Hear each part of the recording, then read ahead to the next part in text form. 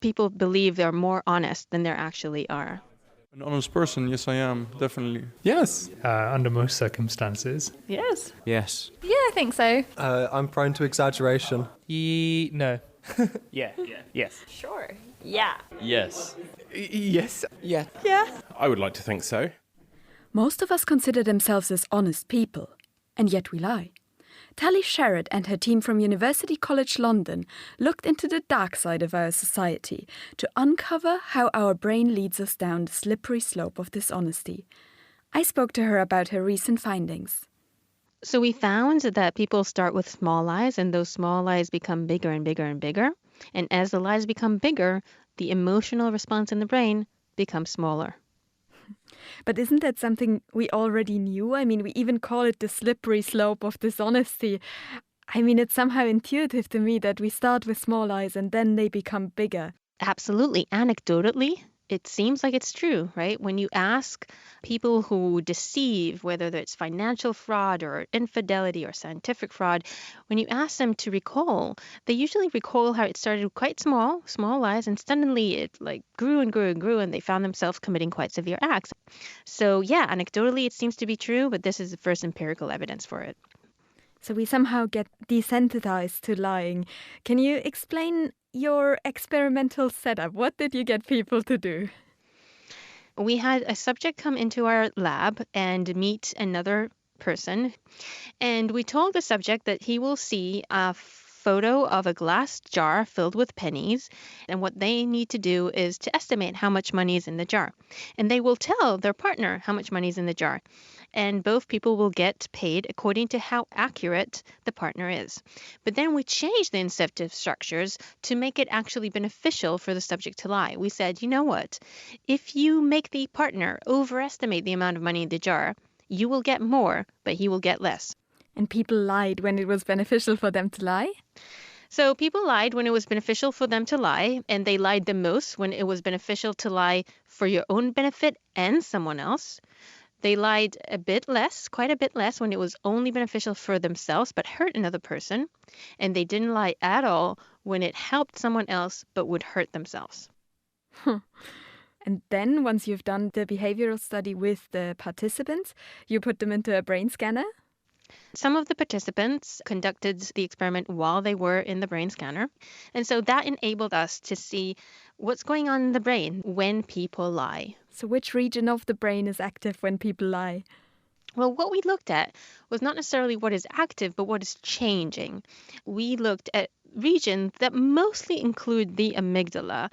So the amygdala is a part of the brain. It's about the size of a cherry tomato. You have one on both sides of your brain, and it's really important for emotion and arousal.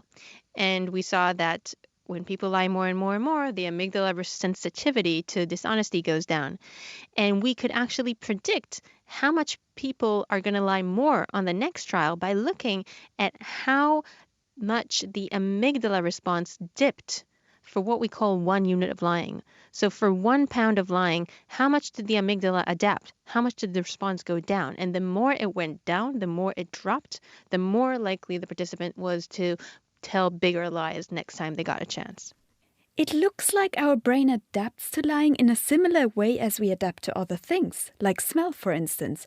We've all entered a smelly room and forgot about the bad smell a few minutes later. But if we can watch this adaptation process and predict whether someone is going to lie in the next round of the game, couldn't we use a similar brain scan to identify, say, an honest leader? I put this question to Tally. No, if someone has been lying for a very long time, telling the same lie again and again and again, they probably don't have the telltales of lying anymore, because they probably don't feel any emotion anymore when they're telling their lies, which means we're not going to be able to detect it with a brain scanner. We're not going to be able to detect it with any kind of other physiological measure. One interesting thought, which we don't know whether it's true or not, is whether people who adapt quicker to lying, are they the same people who are more likely to commit immoral acts? That could be a possibility. We don't know yet. Is there anything I can do to escape the slippery slope of dishonesty as an individual or on a policy level?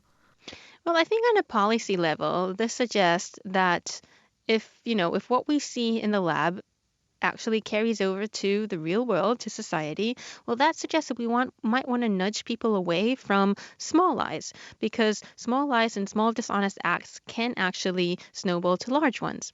And it also suggests a way to do that, because if what carbs our dishonesty is emotion, and in the absence of emotion, we're more likely to lie, then you might want to try to arouse emotion in people when they think about lying.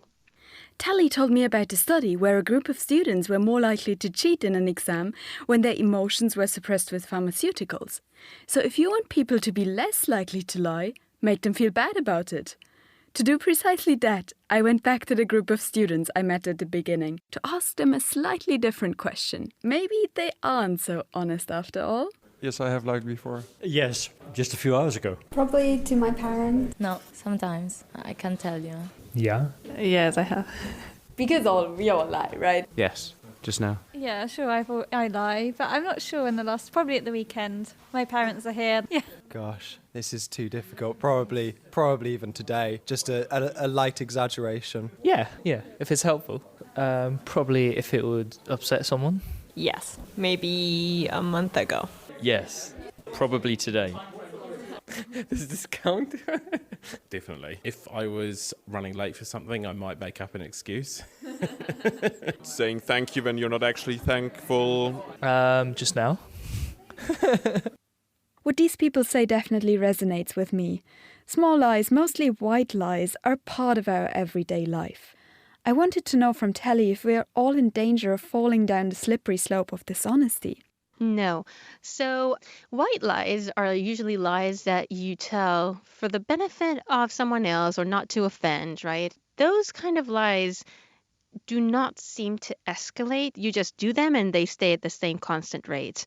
Whew, I'm relieved. Finally, I wanted to know from Tally if she found another glimpse of hope for us all in her study. Yeah, there's a lot of positive aspects of humanity in our findings. First of all, the fact that you lie mostly when it helps you and someone else rather than when it just helps you, that's, a kind of positive aspects, I think.